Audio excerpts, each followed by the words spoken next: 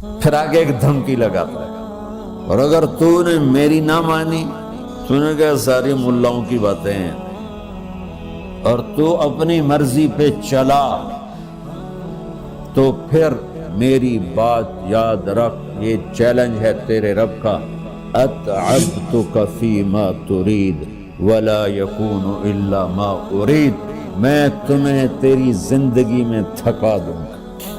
کہ جنہوں نے اتنے گناہ کیے ہیں کہ ان کا جسم گناہوں میں ڈوب گیا ہے، وہ نظر ہی نہیں آتا، صرف اوپر گناہ ہی گناہ نظر آ رہے ہیں، نافرمانیاں نظر آ رہی ہیں، ان کا اپنا وجود اس میں نظر ہی نہیں آ رہا۔ اللہ کہہ رہا ہے یا عبادی، اور تسی بھی میرے ہی ہو، آ جاؤ آ جاؤ۔ بتاؤ ایسے مہربان رب سے بغاوت کرنا ہے کوئی غیرت کی بات؟ چند روزہ زندگی کے پیچھے، چند ٹکوں کے پیچھے، چند پیسوں کے پیچھے، بھائیو اللہ ایک ذہن بناتا ہے کہ تم جہاں بھی ہو اللہ کی طاقت کے نیچے ہو، اللہ کے سائے کے نیچے ہو، اللہ کی قدرت سے باہر نہیں ہو۔ قل ارأيتم ان جعل الله عليكم الليل سرمدا الى يوم القيامة من اله غير الله ياتيكم بضياء افلا تسمعون، مجھے بتاؤ اگر میں رات کو کھڑا کر دوں، اللہ اکبر، اور سورج کو نکلنے نہ دوں، تو کوئی ہے جو رات ختم کر سکے؟ کوئی ہے جو سورج کو لا سکے؟ تو تمہاری زمین کا ٹیمپریچر اتنا مائنس میں جائے گا کہ تم سارے ہی برف بن جاؤ گے۔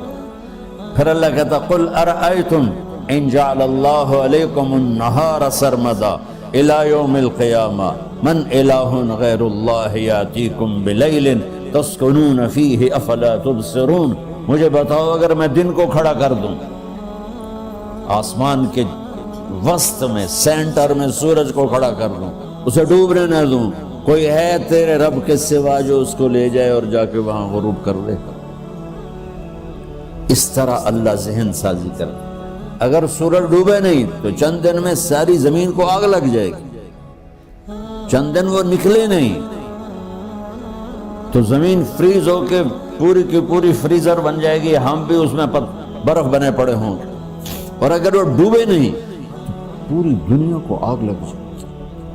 تو اللہ تعالیٰ اس طرح قرآن کی آیات اور واقعات سے بھائیو ایک ذہن بناتا ہے کہ یہاں وہ ہوتا ہے جو اللہ چاہتا ہے، اور تم کہتے ہو ساڈا بھی پورا ہوئے، تو آگے اللہ تعالیٰ ایک ڈیل کرتا ہے، کہتا ہے بڑا سوکھا کام ہے، کوئی مسئلہ ہی نہیں، فَإِن سَلَّمْتَ لِي فِي مَا أُرِيد، یہ میں نے جملہ ابھی نہیں پڑھا تھا، آپ پڑھ رہا ہوں، فَإِن سَلَّمْتَ لِي فِي مَا أُرِيد كَفَيْتُكَ فِي مَا تُرِيد، میرے بندے تم گلاسگو میں، ڈنڈی میں، ایڈمبرا میں، مدرول میں رہتے ہو، یا مدینے میں، یا مکے میں، یا جدے میں، تم یہاں اس چند روزہ زندگی میں وہ کر دو جو میں چاہتا ہوں،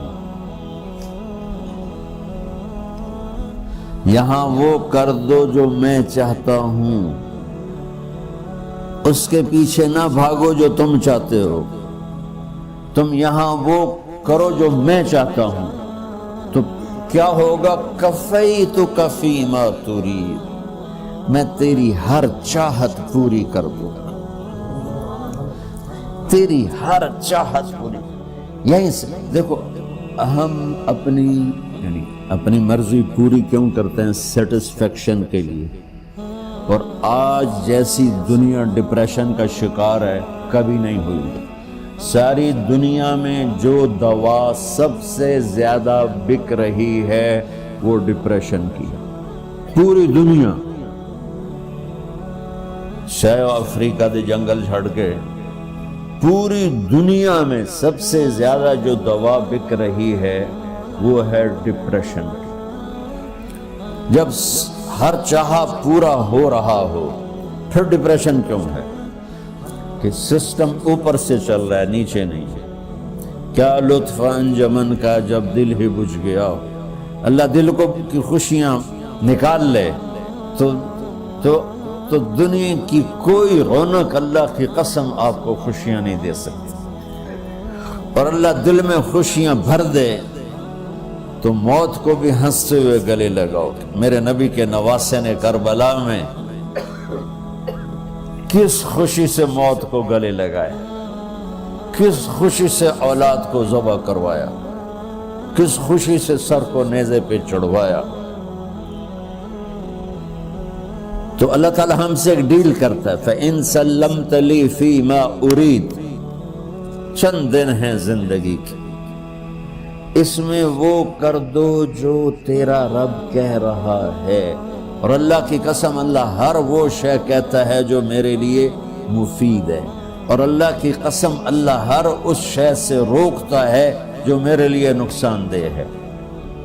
تو پھر اللہ کہتا ہے کفیتک فی ما ترید،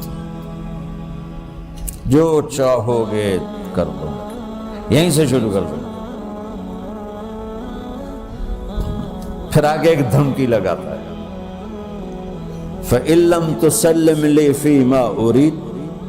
اور اگر تو نے میری نہ مانی،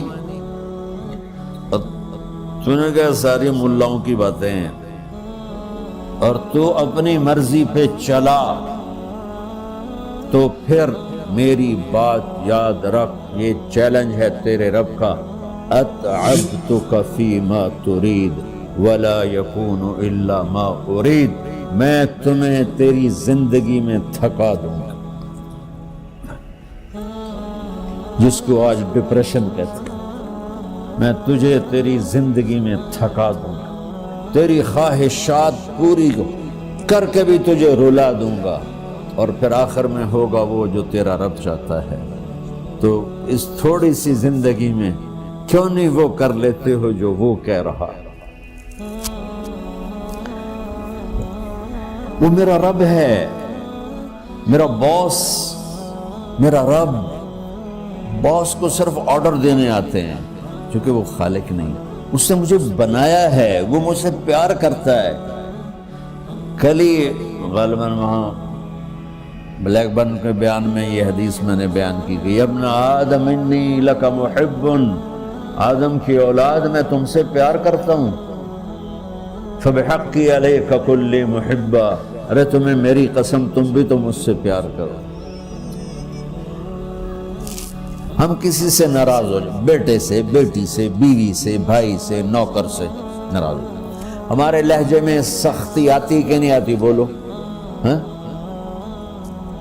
ایک ہی بیٹا ہو لیکن وہ آپ کی مرضی منشا کے خلاف اوور چلا جائے تو آپ ہی کا لہجہ اس کے لیے شدید ہو جائے گا.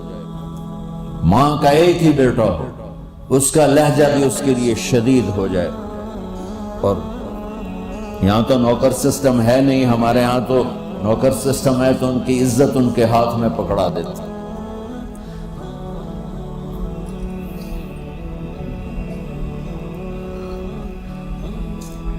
اللہ ہمارے ساتھ کیسے بات کرتا ہے؟ کس سے؟ نافرمانوں سے. جس آدمی کے پاس پاور ہے اور اس کے نیچے کچھ لوگ ہیں، جب اسے اپنے لوگوں میں کمی نظر آئے گی اور غلط کام کرتا دیکھیں گے، وہ ضرور روڈ ہو جائیں گے. کہتا 100 باری سمجھایا پھر انہیں کرن بہ جان دے. شرم کرو، کچھ مفتی روٹیاں کھان دے، مفتی تنخواہ لین دے. یہ پوری دنیا میں یہی ہو رہا ہے. تھوڑے سے میں نے پنجابی لہجہ اختیار کر لیا، یہاں تھوڑا سا انگریزی میں مہذب طریقے سے ڈانٹ ڈپٹ ہو جاتی ہوگی، لیکن یہ نیچر ہے. میں قربان جاؤں، یہ سارا قرآن بھرا پڑا ہے. صرف ایک آیت آپ کو بتاتا ہوں.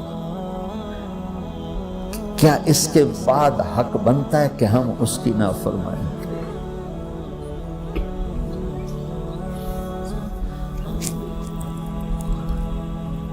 کچھ لوگ ہیں جن کے بارے میں اللہ کہتا خلطوا عملا صالحا وآخر سیئا. میرے کچھ بندے ایسے ہیں کبھی نیکی بھی کر لیتے ہیں، کبھی گناہ بھی کر لیتے ہیں. یہ اللہ تعالیٰ قرآن میں خود بتا رہا ہے. کہ میرے کچھ بندے ایسے کبھی بڑے نمازی بن جاتے ہیں، کبھی مسجد کا راستہ ہی بھول جاتے ہیں، اور کچھ بندے ایسے ہیں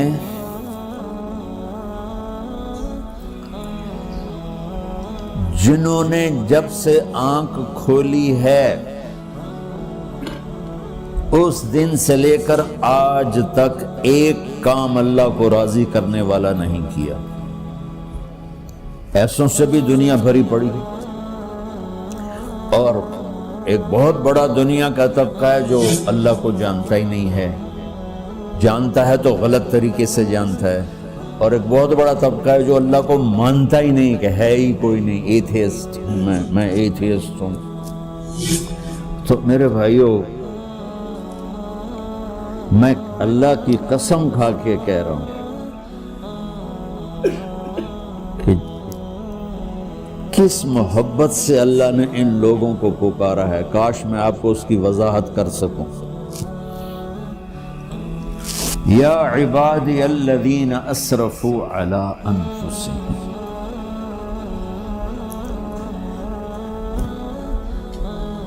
مجھے اپنے بیٹے پر بھی غصہ آتا ہے تو میں کہتا نکل جا، تو میری اولاد ہی نہیں ہے۔ میں دین سیکھنے جانا چاہتا تھا، میرے والد رحمۃ اللہ علیہ مجھے ڈاکٹر بنانا چاہتے تھے، میں اس سے بہتر راستہ اختیار کر رہا تھا، لیکن میرے باپ کی مرضی نہیں تھی، تو انہوں نے مجھے فرمایا جی تو مولوی بننا ہے تو میرے گھر ہی چوں نکل جا۔ میرے کانوں میں وہ الفاظ آج بھی گونج رہے ہیں۔ وہ میرے خالق نہیں تھے، میرے والد تھے، خالق تو میرا اللہ ہے، اور میں اللہ کی فرمان برداری کا ایک کام نہیں کرتا ہوں، اللہ کی فرمان برداری کا ایک کام نہیں کرتی مرد عورت، ٹھیک؟ تو اللہ کو غصہ اس حساب سے آنا چاہیے کہ بدبخت ہو، بے غیرت ہو، شرم نہیں آتی تنوں ڈوب کے مر جاؤ، میں قربان جاؤں۔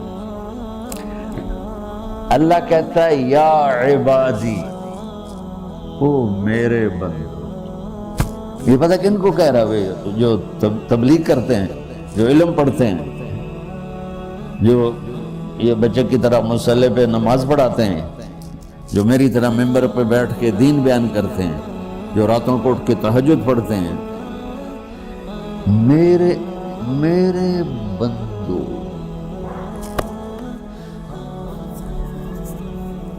آپ نے دیکھا وہ شہد ایک دھار بناتا ہے، ٹپکتا ہوا نیچے آتا ہے نا، اللہ کی قسم اس آیت سے اللہ کی محبت کا شہد یوں نکلتا نظر آتا ہے۔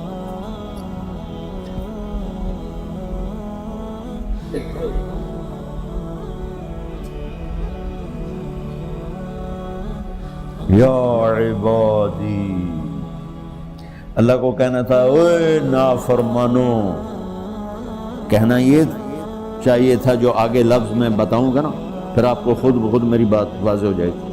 اوے نافرمانو، بے غیرتو، میرا اللہ کہہ رہا ہے یا عبادی، میرے بندے، یا عبادی، یہ بھی ایک لہجہ ہے نا، یا عبادی۔ او بھائی گل سنو، ایک لہجہ بھائی، سب حضرات توجہ فرمائیں، کتنا فرق پڑ گیا ہے۔ پہلے لہجے میں بدتمیزی تھی، دوسرے لہجے میں آپ سب کا احترام تھا۔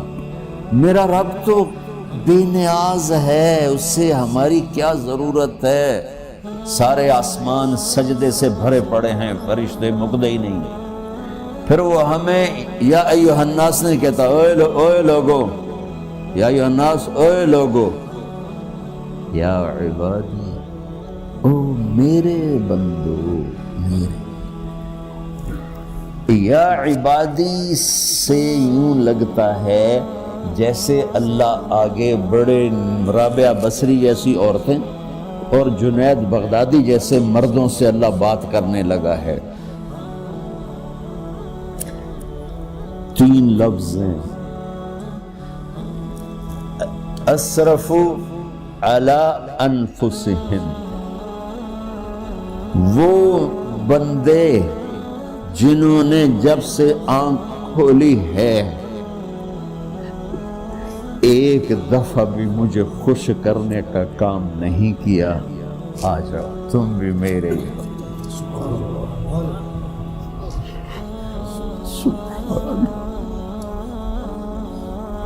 اللہ نے ایسے باہیں پھیلا دی اپنی رحمت کی۔ یا عباد، تقوی والے نہیں کہا،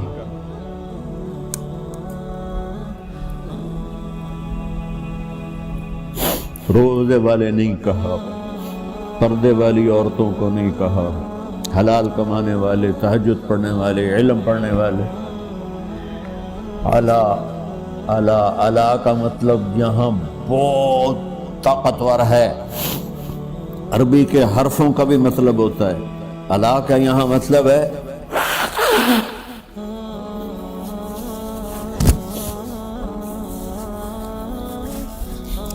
آپ نے اس ممبر کو کور کیا ہوا ہے کپڑے کے ساتھ، کہیں سے نظر آ رہا ہے؟ بولو، کہیں سے نظر آ رہا ہے؟ اس کو اعلیٰ کہتے ہیں۔ اللہ کیا کہہ رہا ہے کہ جنہوں نے اتنے گناہ کیے ہیں کہ ان کا جسم گناہوں میں ڈوب گیا ہے، وہ نظر ہی نہیں آتا، صرف اوپر گناہ ہی گناہ نظر آ رہا ہے، نافرمانیاں نظر آ رہی ہیں، ان کا اپنا وجود اس میں نظر ہی نہیں آ رہا۔ اللہ کہہ رہا ہے یا عبادی، اور تسی بھی میرے ہی ہو، آ جاؤ آ جاؤ۔